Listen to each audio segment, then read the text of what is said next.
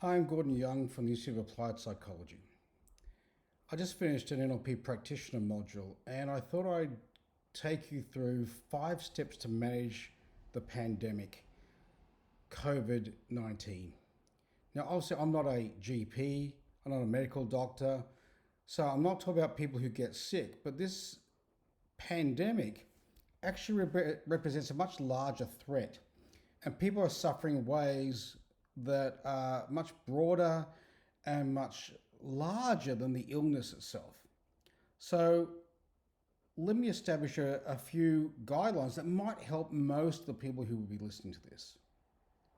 So the first thing is that you need to establish a realistic risk assessment.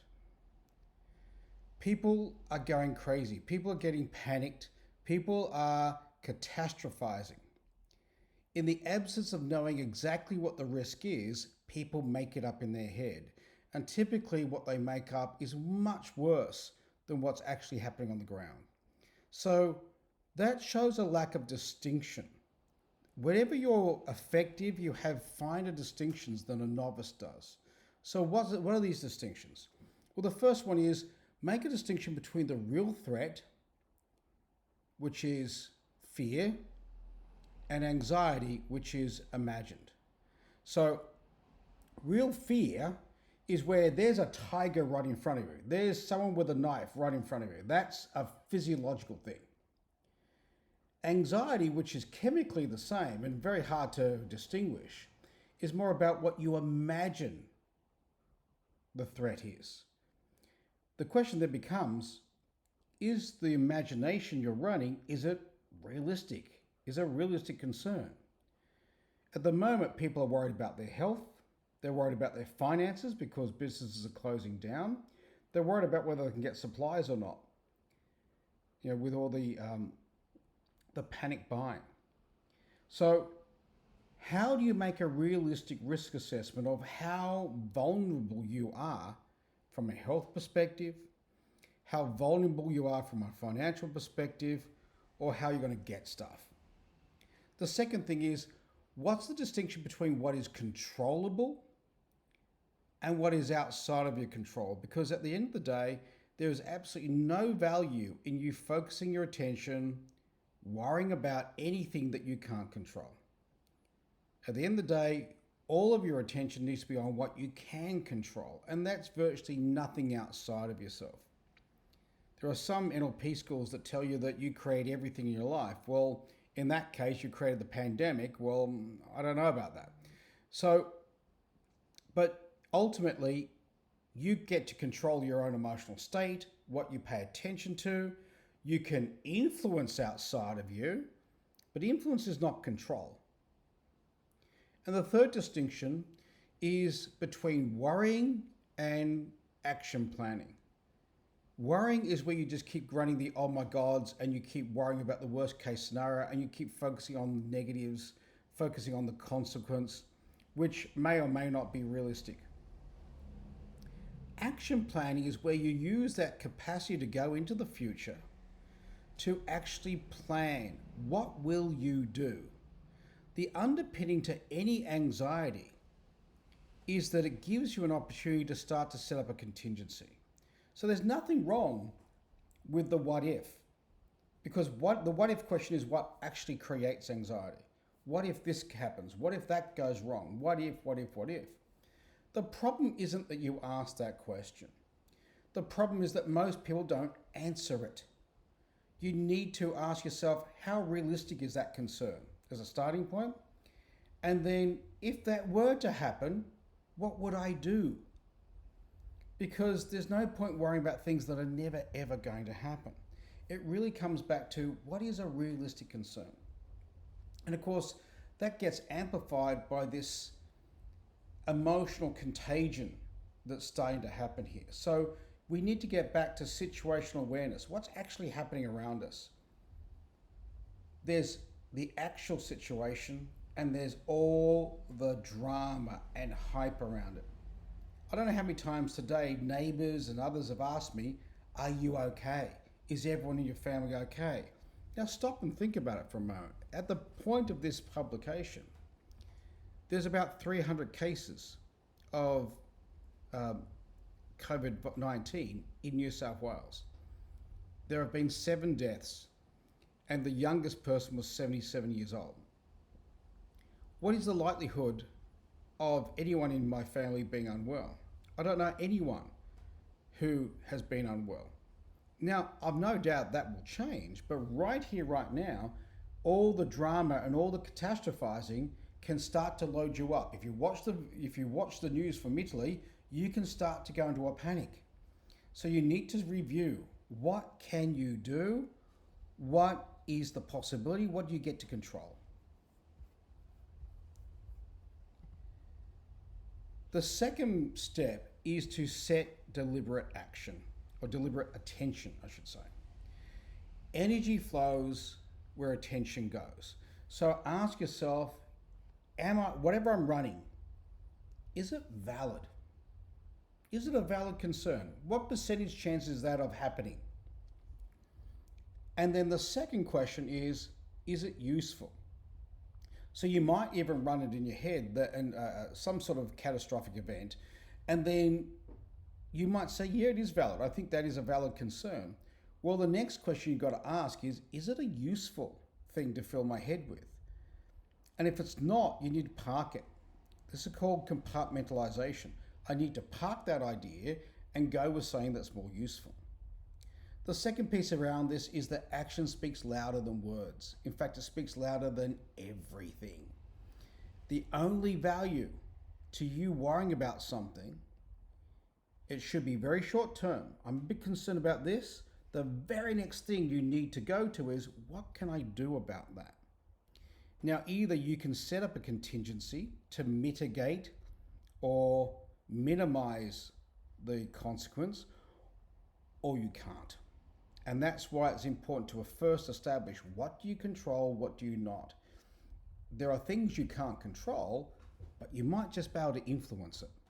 And so that's your second stage.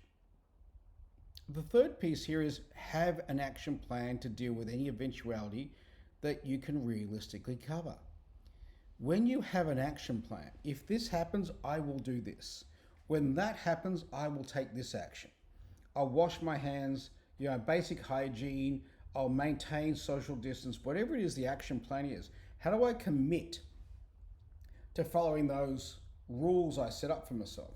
How will I make sure I keep myself safe by changing my habitual patterns? The more you have an action plan, the less ambiguity you run in your head, the less uncertainty. And all anxiety really is, when you break it down, is a fear of the unknown. So what is it you don't know? In the unknown spaces, you can catastrophize into it and no one can challenge you on it. In fact, the more you catastrophize, the more you're really showing me that you don't know the difference between what's likely to happen and what's just merely possible. It's possible that we could lose half our population. It's possible. Is it likely? Not really. Okay? So see the threat for what it is. A tiger is a tiger. When you recognize it's a tiger, you don't get hurt. You treat it appropriately. You get hurt when you see it as a great big pussycat. The third step is decide the positive lesson.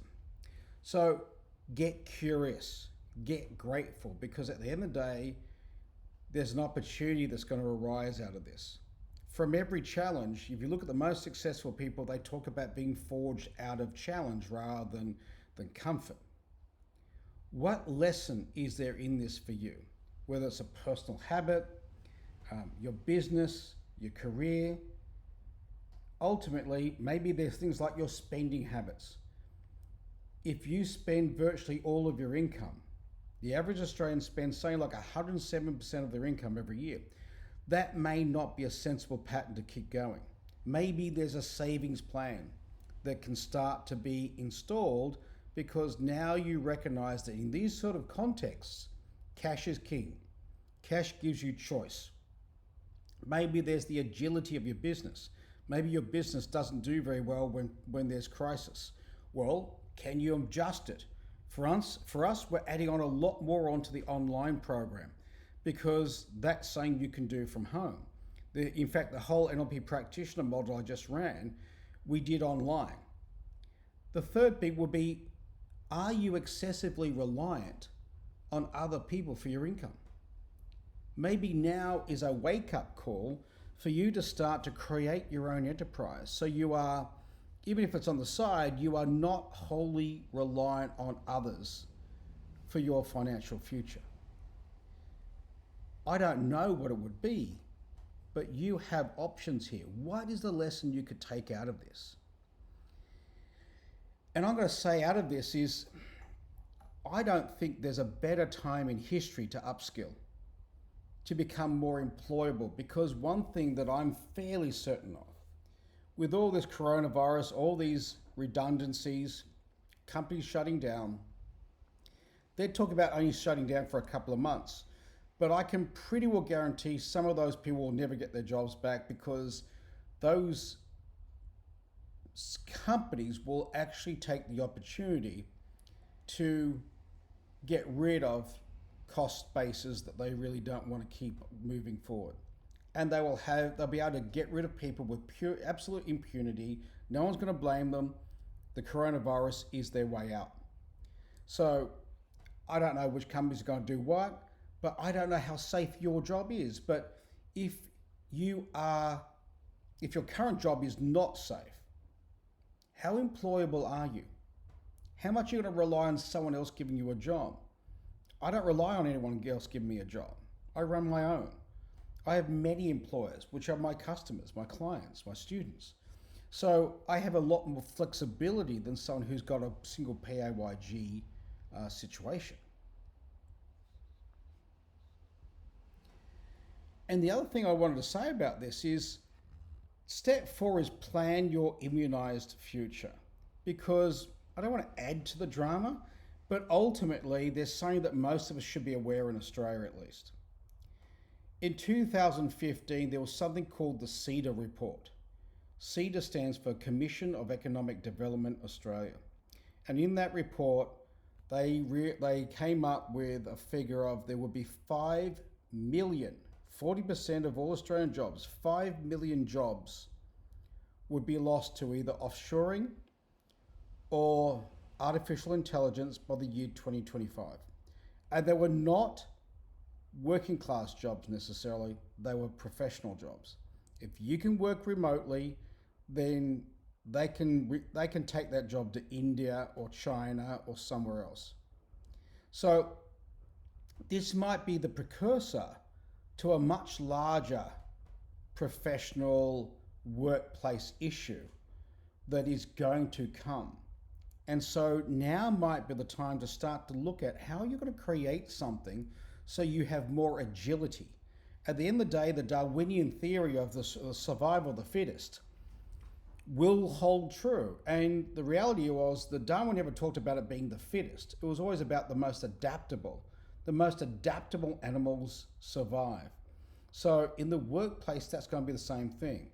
And I have people who are coaches now. They're not actively coaching very much, but they've got their main job and they've got a small coaching business on the side. And they know that if they lose that job, they can start to build the other practice. So we have opportunities, and the key is, how do we use these opportunities? How do we make it so we can then move forward and learn from these lessons? And the last one, number 5, is kind of like, in case of emergency, break glass. So if you ever start to get into a sense of panic, I'm going to suggest that you increase the tension. Now, I know that sounds counterintuitive, but stay with me. Panic and anxiety are not nouns. They're verbs. You have to do them. Panic can't exist without you. You have to participate in it. You have to hold tension. You have to think certain thoughts. You have to catastrophize. You have to limit your breath. There's a whole bunch of physiological things you have to do to create panic. The idea that there's a panic attack, as if it's saying it just hits you from somewhere, is a complete misnomer. Ultimately, you generate stress and anxiety in response to what you believe to be the pressures. So if you were to notice where the tension sat in you, and you could see the form and shape of it, maybe it's a ball, maybe you notice where you're holding, where you're tense and where you're not. You're very rarely going to be tense in your elbow or your shoulder blade or your earlobe. There'll be places in the body that no matter what you're doing, there's not going to be the same level of tension. So where it is, just notice where it is and notice where it isn't. Give it a shape. Give it a color.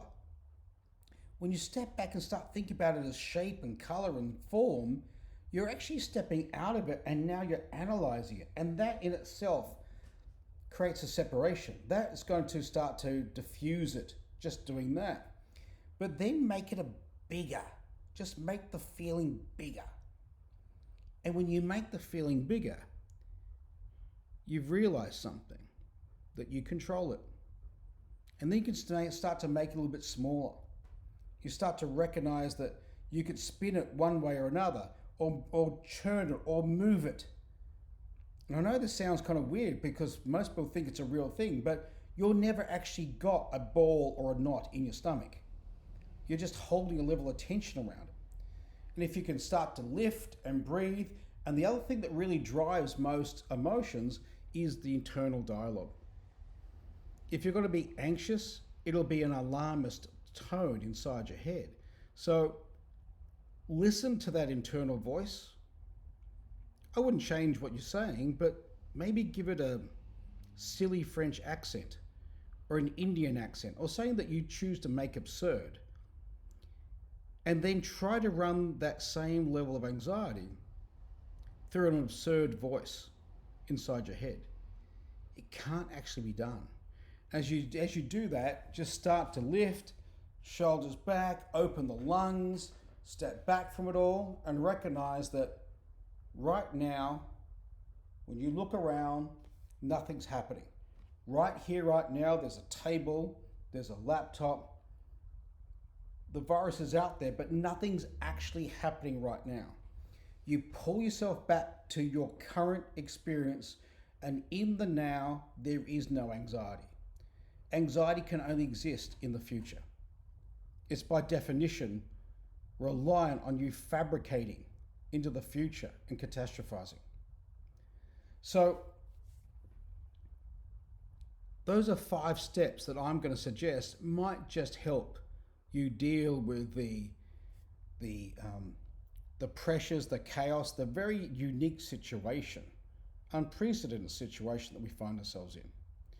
And the last thing is, maybe it's an opportunity for us to be a little kinder to each other, to recognize that we're all in this together, and to recognize that if you can help someone out, that might be a really nice thing to do. If you got extra toilet paper, we just gave away some. Someone else doesn't have it. This is where people are going to see the best of what humans can be like, and they're going to see the worst. I'm going to suggest you show your children the best. I'm Gordon Young from the Institute of Applied Psychology, and I thank you for listening.